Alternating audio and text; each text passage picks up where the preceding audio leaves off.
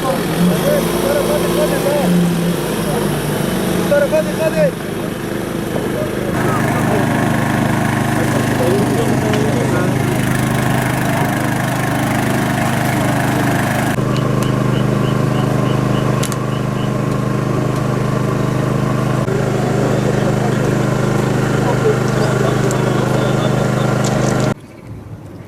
Çekeyim.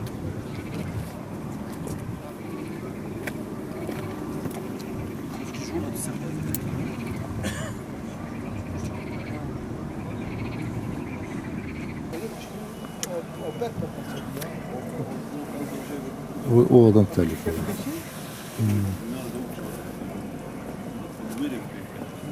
Yaralı var ama kesin. Tamam. Bir tek buraya doğru fazla gitme.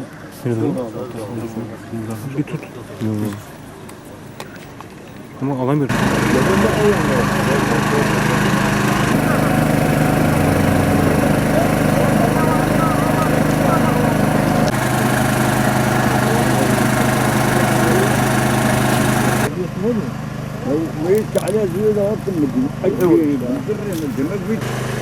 Abi arabanın motoru burada.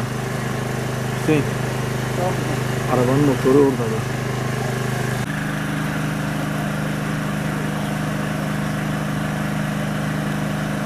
O şeydi. Aldın mı?